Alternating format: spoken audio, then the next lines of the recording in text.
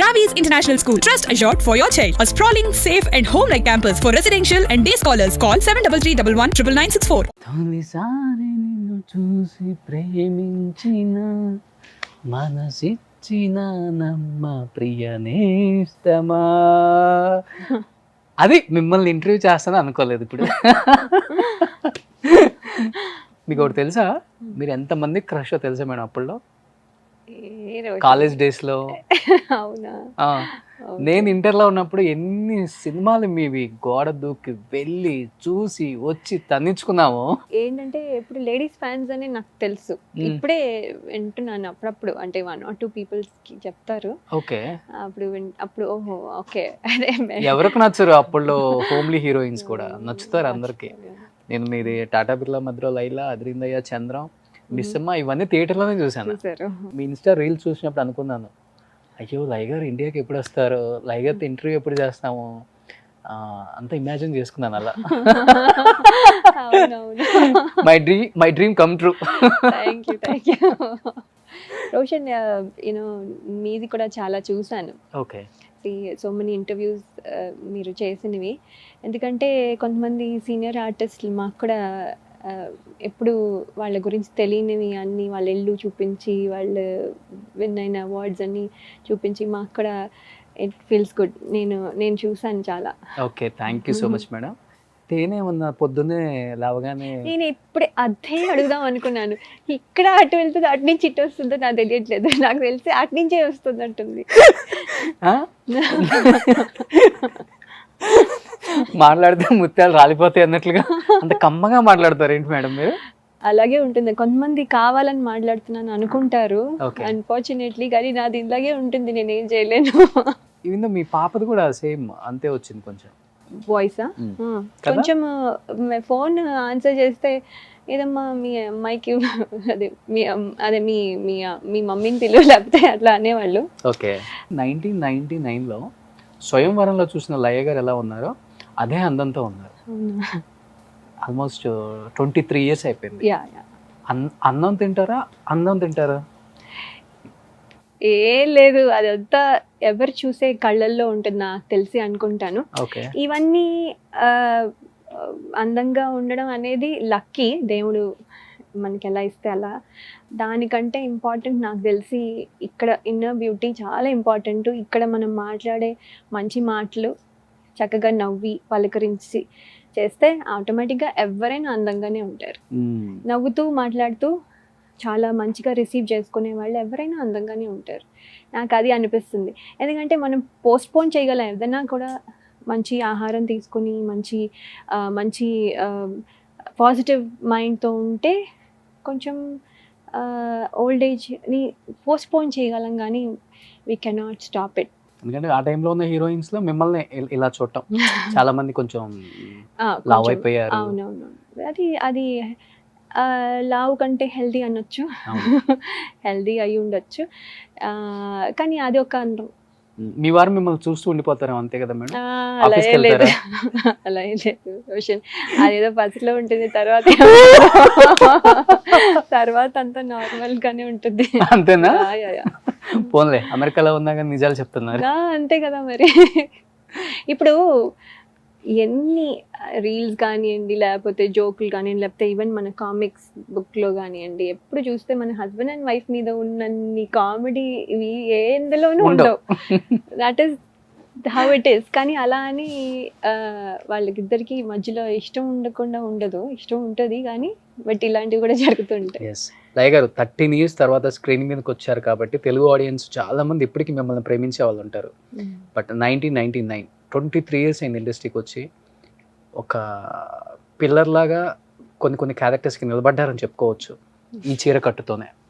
అంటే బాగా glamour roles చేస్తేనే హీరోయిన్ అనే పేరు ఇప్పటికీ ఉంది, అప్పటి నుంచి ఇప్పటికి కూడా. ఇలా కాదు, ఇలా కూడా హీరోయిన్ అవ్వచ్చు, సినిమాని హిట్ చేయించని ప్రూవ్ చేసింది తర్వాత జనరేషన్లో సౌందర్య గారు అండ్ లయ గారే. మీ ఇద్దరు పేర్లే చెప్పుకోవచ్చు, ఇంకెవరు కనిపించరు మనకి.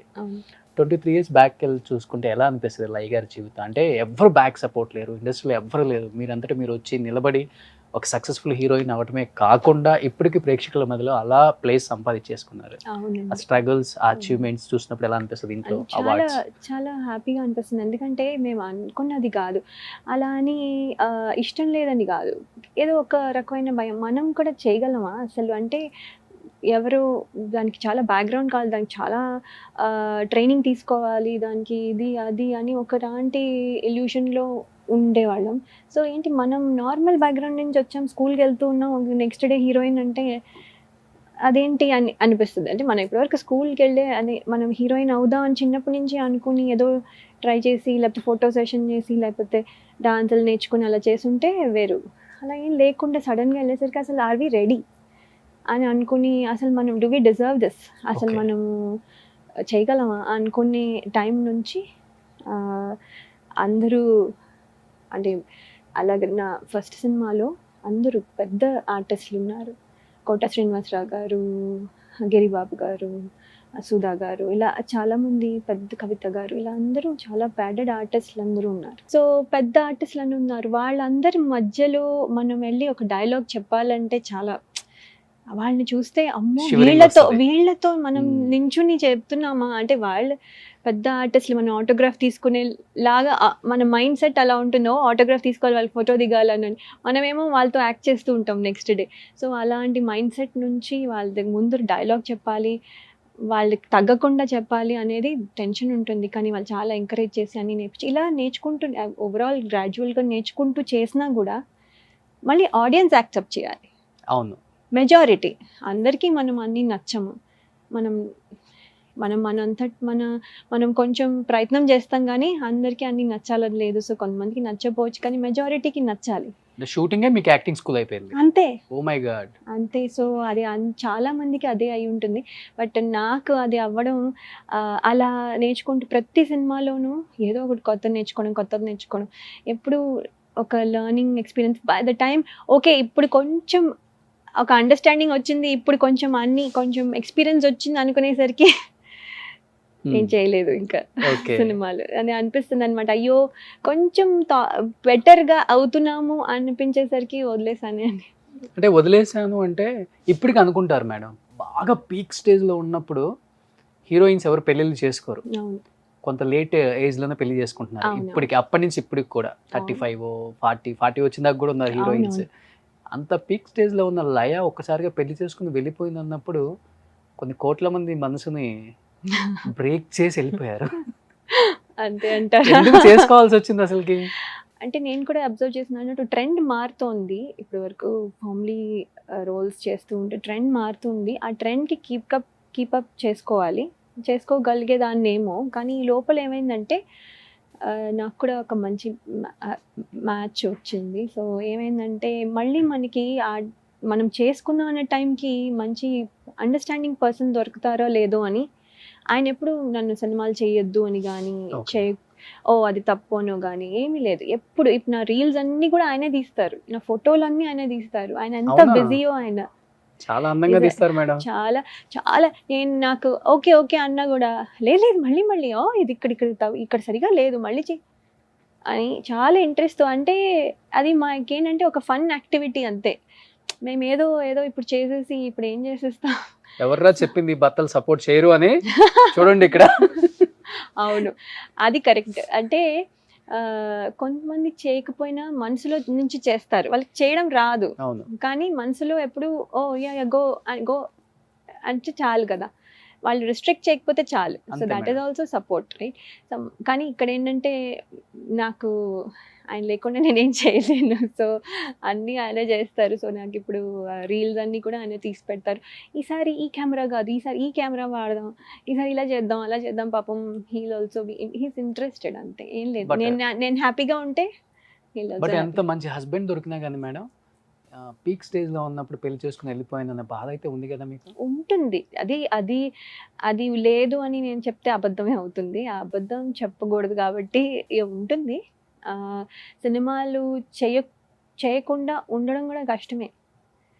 చేయకూడదు అంటే రోజు మనం చేసి మనము ఎంత కష్టపడి ఒక పొజిషన్కి వచ్చిన తర్వాత అన్నీ గివ్ అప్ చేసి వెళ్ళిపోవడం అంటే చాలా కష్టం. చాలా కష్టం. Yeah. బట్ కానీ- ఒక్కసారిగా అంత స్టార్డమ్ చూసిన లయ గారు పెళ్లి చేసేసుకొని 3 అనే బంధంతో ఒక ఇంట్లో ఉండిపోయి ఒక వైఫ్, ఒక తల్లి ఇదే రోల్ అయిపోయింది అన్నప్పుడు ఫీల్ అయ్యారా కొంచెం? అంటే అది ఆ రోల్ చాలా Important, ఎంజాయ్ yeah, చేస్తాము. obviously, అంటే but అది కూడా అందరూ చేసి, కానీ అది చేస్తూ ఇది చేసే వాళ్ళు ఉన్నారు. yes, చేయగలను, నేను కూడా చేయగలను. అలా చేస్తూ ఇలా చేసుకొని అది బ్యాలెన్స్ చేసుకునే కెపాసిటీ నాకు కూడా ఉంది. కానీ అన్ఫార్చునేట్గా మా ఆయన యుఎస్లో ఉండడం వల్ల డిస్టెన్స్ ఎక్కువైపోయింది. ఇప్పుడు కొంచెం ఇన్స్టాగ్రామ్ రావడం వల్ల, లేకపోతే కొంచెం ఈ సోషల్ మీడియా రావడం వల్ల కొంచెం డిస్టెన్స్ నాకు మై హార్డ్ కోర్ ఫ్యాన్స్కి నాకు డిస్టెన్స్ తగ్గిపోయింది. ఇప్పుడు I can talk to them, కామెంట్స్కి రిప్లై చేస్తూ ఉంటాను. నాకు వాళ్ళకి ఇంటరాక్షన్ ఉంది. ఇంటరాక్షన్ కోసమే నేను actually Instagram is for my fans and me. నాకు వాళ్ళకి ఒక బ్రిడ్జ్ అంతే. okay, వాళ్ళతో మరి నేను ఎలా రోజు మాట్లాడలేను. అండ్ చాలామంది ఉన్నారు అనుకోండి, వాళ్ళతో మాట్లాడాలంటే this is the thing. That's the only reason నాకు ఇన్స్టాగ్రామ్ ఉంది.